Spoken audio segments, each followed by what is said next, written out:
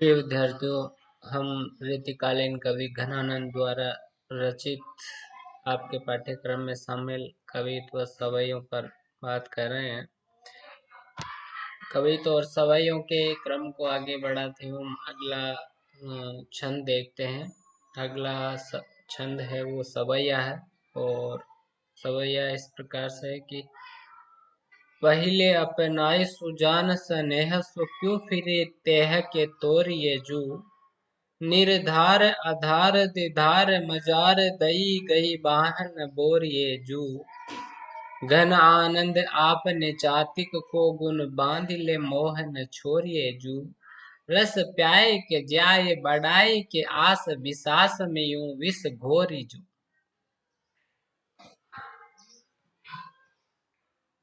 इस छंद में प्रिय के प्रति प्रेमी का उपालंब भाव अभिव्यक्त हुआ है। प्रिय के द्वारा प्रेमी को प्रेम पूर्वक अपनाना और फिर विश्वासघात करके प्रेम संबंध को तोड़ देना, प्रिय के इस व्यवहार के प्रति उल्हाना की अभिव्यक्ति इसमें हुई है। संयोग और वियोग की 4 विषम स्थितियों का इसमें वर्णन हुआ है, और उन 4 विषम स्थितियों के आधार पर प्रिय के व्यवहार की निंदा आलोचना इसमें की गई है। लिखा है कि पहले अपनाई सुजान सन्हेसु। सुजान घनानंद की प्रेमिका का नाम है। पहले अपनाए अपनाना, स्नेह यानी प्रेम सु, क्यों फिरी फिर तेह यानी रोष या क्रोध, तोड़े यानी तोड़ना, कि पहले तो प्रेम पूर्वक अपनाना और फिर क्रोध करके उस प्रेम सूत्र को तोड़ देना, क्या ये उचित है? लोक नीति ये कहती है कि जिसको प्रेम पूर्वक अपनाया जाता है उसको फिर छोड़ा नहीं जाता है, उस प्रेम संबंध को निभाया जाता है, उसे तोड़ा नहीं जाता है। शाब्दिक दृष्टि से देखिए तो घनानंद ने यहाँ स्नेह शब्द का प्रयोग किया है, और स्नेह का एक अर्थ तेल भी होता है। जिस लकड़ी में तेल होता है या सरसता होती है वो जल्दी से नहीं टूटती है। इसी तरह जिस संबंध में प्रेम होता है वो आसानी से नहीं टूटता है। लेकिन तोड़ा कैसे जा रहा है? क्रोध करके तोड़ा जा रहा है, और क्रोध चूंकि आग है, उष्णता है, वो भस्म कर देती है। तो प्रिय के इस आचरण को वो अनुचित बताती हुई कहती है कि आपका ये आचरण की पहले प्रेम पूर्वक अपनाना और फिर उसे तोड़ना अनुचित है, लोक नीति के विरुद्ध है। निर्धार आधार दिधार मजार दई गई बाह न बोर ये जू, निर्धार निर्धार निर प्लस आधार, जिसका कोई आधार नहीं, आधार आधार सहारा, दे यानी दे करके, यहाँ निर्धार और आधार में अपन सबंग यमक अलंकार मानेंगे, क्योंकि दोनों शब्दों के अलग अलग अर्थ निकल रहे हैं। धार यानी धारा है, मजार यानी मध्य में है, दही यानी देना, गही यानी पकड़ के, बोरे यानी डुबोना, कि मझ धारा में धारा के मध्य डूबते हुए निरअवलंब को बेसहारा को सहारा देकर के उबारना, उसकी बाह पकड़ करके उसे सहारा देना और फिर उसकी वही बाह पकड़ करके उसे पानी में डुबो देना, ये कहाँ तक उचित है? जिसको उबारा जाता है, जिसकी बाह पकड़ी जाती है, फिर उसकी बाह पकड़ करके उसे डुबोया नहीं जाता है। और फिर प्रेमी की स्थिति क्या है कि वो तो निरालंब था। जिस तरह से कोई ऐसा व्यक्ति हो जो न तैरना जानता हो, न जिसके पास कोई साधन हो तैरने का, उस व्यक्ति के डूबने की संभावनाएं तो तट के समीप भी हो जाती है। लेकिन जो धारा के मध्य डूब रहा हो उसके तो उभरने के कोई अवसर नहीं रह जाते हैं, परंतु उस मध्य धारा के बीच से उभारना और फिर उसको अपने ही हाथों से डुबोना, ये लोक नीति के विरुद्ध है। घन आनंद अपने चातिक को गुण बांध ले, मोह न छोड़िए।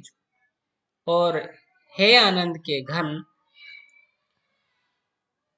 जिस चातक को गुण यानी रस्सी से, अपनी रस्सी से बांधा जाता है, जिस चातक को, उसका फिर मोह नहीं छोड़ा जाता है। यहाँ गुण में सलेस अलंकार है। गुण का एक अर्थ तो है रस्सी, और गुण का दूसरा अर्थ जो है वो है प्रेम रूप सौंदर्य, जिसके रूप सौंदर्य से चातिक बंध जाता है। रूप सौंदर्य या प्रेम रूपी रस्सी से जिस चातक को बांधा जाता है, फिर उस चातक के प्रति उस प्रेम को, उस मोह को छोड़ा नहीं जाता है। रस प्याय के जाय बढ़ाए के, आस विश्वास में यूं विष घोरिए। और जिसे रस प्याय यानी रस पिला करके, जाय यानी जिला जीवन दिया जाता है, बढ़ाए के आस कि जिसको रस पिलाकर, जो मर रहा हो, मरणासन हो, उसको पहले रस पिला करके जीवित करना, और फिर उसके जीवन के प्रति उसकी आशा को दृढ़ करना, बलवती करना, और फिर उसके विश्वास में, जब उसको प्रिय के प्रति विश्वास हो गया, जिसने उसे जीवन दान दिया है मरणासन को, उसके प्रति विश्वास हो गया, उसके प्रति अनुकूलता का भाव उसमें विकसित हो गया, उसके बाद उसे विष दे करके मारा नहीं जाता है। नीति ये कहती है कि विषम वृक्षोपि संवर्धे स्वयं छेतुम सांप्रताम। विष के वृक्ष को भी पाल पोस कर स्वयं उसे छिन्न भिन्न करना अनुचित होता है। जहर के पेड़ को भी अगर पाल पोस करके स्वयं के द्वारा पालित और पोषित है, तो फिर उसको काटना नीति के विरुद्ध है। तो जिसको जल दे करके या रूप सौंदर्य रूपी अमृत का पान करवा करके, प्रेम जल का पान करवा करके मरणासन को जीवन दिया जाता है, उसी को उस प्रेम संबंध के विश्वास में जहर घोल करके मारा नहीं जाता। तो प्रिय के प्रति प्रेमी का मधुर उपालंब का भाव जो है इसमें अभिव्यक्त हुआ है। शिल्प पक्ष में अलंकारों की बात अपन ने की है। निर्धार आधार में सबक यमक है, गुण में जो है श्लेष अलंकार है। ब्रज भाषा का लालित्यपूर्ण प्रयोग है, और सवैया छंद की यथी गति और लय जो है प्रशस्त है। अगला छंद देखते हैं, यह भी सवैया है। रावर रूप की रीति अनूप, नयो नयो लागत ज्यों ज्यों निहारिये। त्यों इन आँखिन बानी अनोखी, अघानी कहो नहीं आनी तिहारिये। एक ही जीव हुतो सूतो वार्यो, सुजान संकोच वो सोच सहारिये। रोकी रहे न दहे, घन आनंद बावरी रीझ के हाथन हारिये।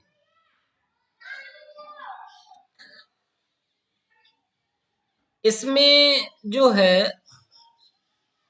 प्रिय के रूप सौंदर्य के अनोखेपन, प्रिय के रूप सौंदर्य की अद्वितीयता, अनुपमता, और प्रेमी के आंखों की जो परवशता है, उसका इसमें चित्रण हो रहा है।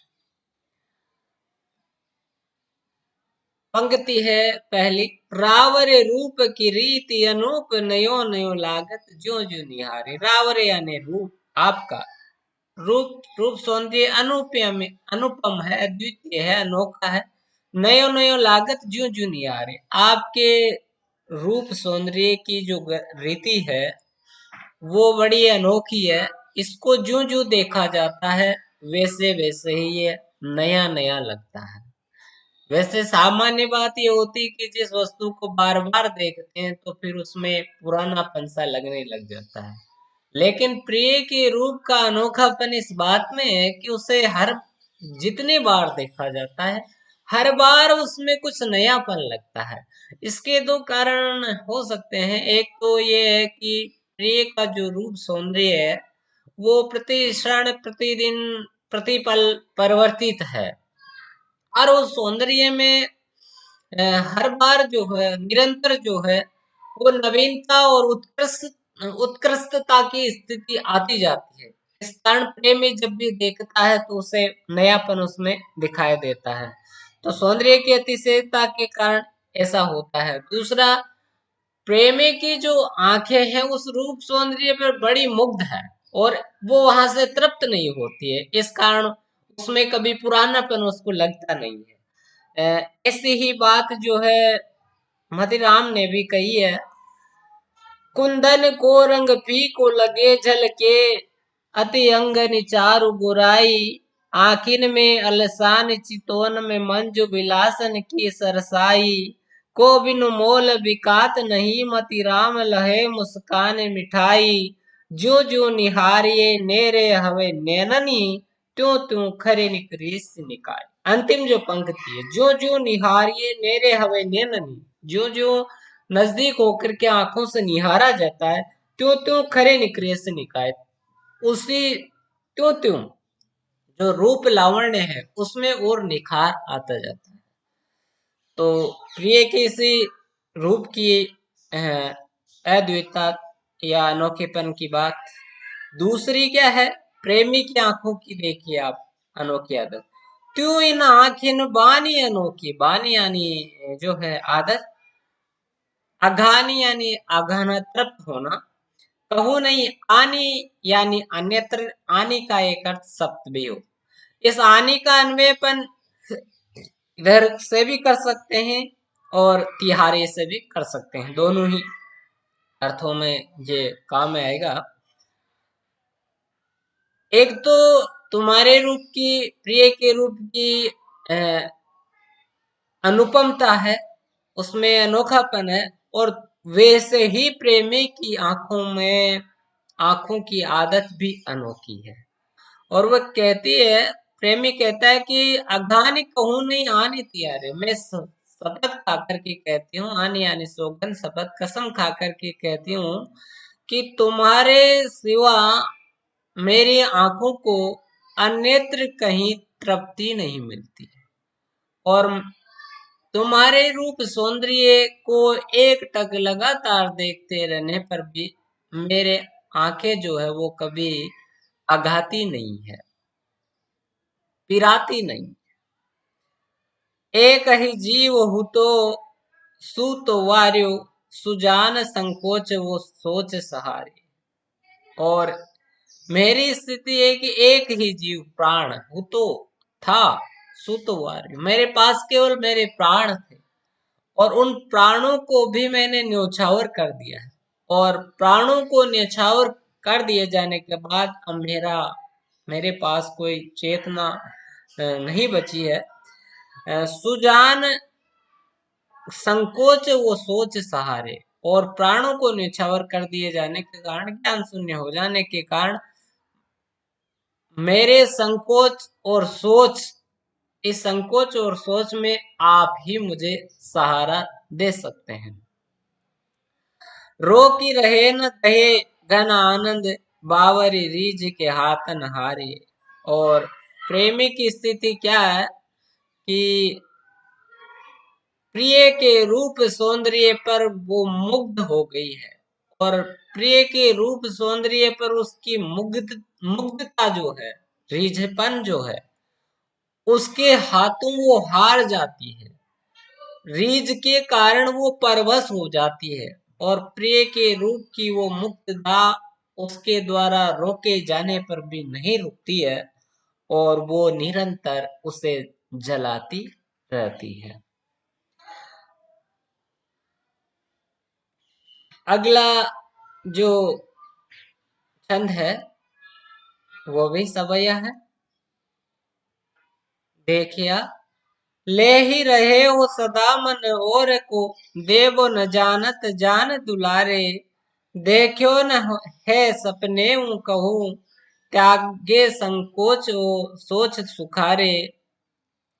कैसो संयोग वियोग दो आए, फिरो घन आनंद है हवे मतवारे। मोगति बूझ परे तब ही जब होऊं घरी कहूँ आपति न्यारे।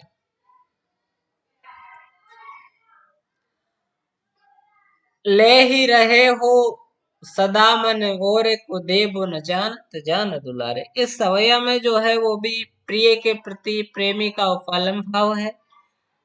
प्रिय की सुखात्मक स्थिति और अपनी दुखात्मक स्थिति की तुलना कर प्रेमी प्रिय को उपालम देता है। प्रिय ने कभी दुख का अनुभव किया ही नहीं है, इस कारण वो प्रेमी के दुख को भी नहीं समझ सकता है। जिसे केवल पाना ही पाना है, वे देने के कष्ट को कभी महसूस नहीं कर सकते। और प्रेम प्रिय की स्थिति यही है। क्या कहते हैं घनान कि ले ही रहे हो सदा मन और को, देवो न जानत जान दुलारे। हे जान के प्राणों के प्रिय दुलारे, तुम सदा दूसरों का मन लेना ही जानते हो, कभी किसी दूसरे को मन देना नहीं जानते। लेना ही लेना तुम्हारी आदत में है, देना तुम जानते नहीं हो। अब जो जानता ही नहीं है, यहाँ प्रेमी ये कहना चाहता है कि तुम प्रेम में किसी का हृदय तो लेना जानते हो, परंतु कभी उसका प्रतिदान नहीं करते हो। दान लेते हो, प्रतिदान नहीं करते हो। और प्रेम की शर्त होती है कि उसमें दान का प्रतिदान होना अपेक्षित है।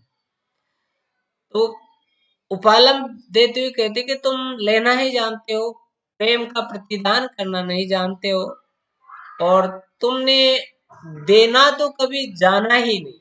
अब जो जानता ही नहीं देना, वो भूल कर देने की संभावना भी उसमें नहीं बनती है। अगर कोई देना जानता तो हो जाए गलती वश वो कभी दे दे, लेकिन जिसने देना तो कभी जाना ही नहीं है, उस वो क्या देगा। दुलारे, दुलारे कहते हैं जो दुलार से बड़ा प्यार से पालित पोषित किया गया हो। अब जो बड़े दुलार प्यार से पालित पोषित किया जाता है, वो कभी दूसरों के दुख दर्द को महसूस नहीं कर पाता है, क्योंकि उसने कोई दुख कष्ट भोगा ही नहीं। देखे न सपने हूं कहूं, त्यागे संकोच और ओ सोच सुखारे। तुमने सपने में भी कभी, इसके दो अर्थ, एक तो ये हो सकता है तुमने सपने में भी कभी देना नहीं सीखा है, या तुमने सपने में भी कभी दुख का अनुभव नहीं किया है, और इस कारण तुमने दुख के परिवार के जो सदस्य हैं, संकोच और सोच, इनको भी त्याग दिया है। और इस कारण संकोच और सोच को त्याग देने के कारण तुम हमेशा सुखी रहते हो। अगर तुम में संकोच का भाव होता तो कभी ये भाव जागृत होता कि मैं लेता ही लेता हूं, दूसरे लोग मेरे बारे में क्या कहेंगे, और ये सोच के वश होकर के तुम कभी उसका प्रतिदान भी करते। लेकिन तुमने तो चूंकि संकोच और सोच को त्याग दिया है, संकोच को त्याग दिया है, इसलिए प्रतिदान की कोई गुंजाइश नहीं है, और तुम्हें किसी तरह की चिंता भी नहीं है। इन दोनों को त्याग दिए जाने के कारण तुम सुख में हो, आनंद की स्थिति में हो।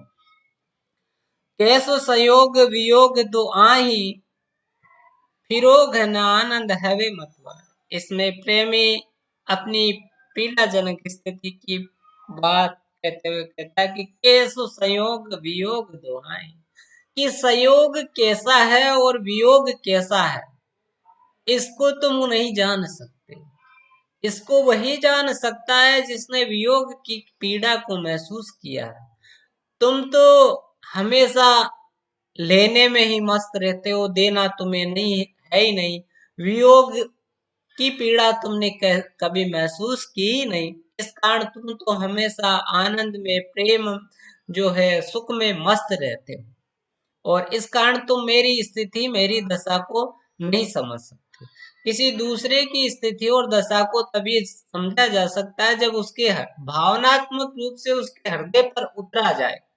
लेकिन जिसने लेना ही लेना सीखा, उसे देना नहीं हो, तो उसमें वैसे ही अहम भाव होता है। और अहम भाव वाला व्यक्ति जो है, कभी दूसरे के, जो उससे निम्न स्तर का है, उसके स्तर तक नहीं सोच सकता है, उसके हृदय तक नहीं पहुंच सकता है। वो कह रहे हैं कि मोह गति बूझी परे तब ही जब हो घरी कहूँ आप तिन। मोह गति मेरी दशा बूझी परे समझ में आए तब ही जब हो, यानी हो घड़ी को, घड़ी हूँ एक घड़ी के लिए भी आप तिन।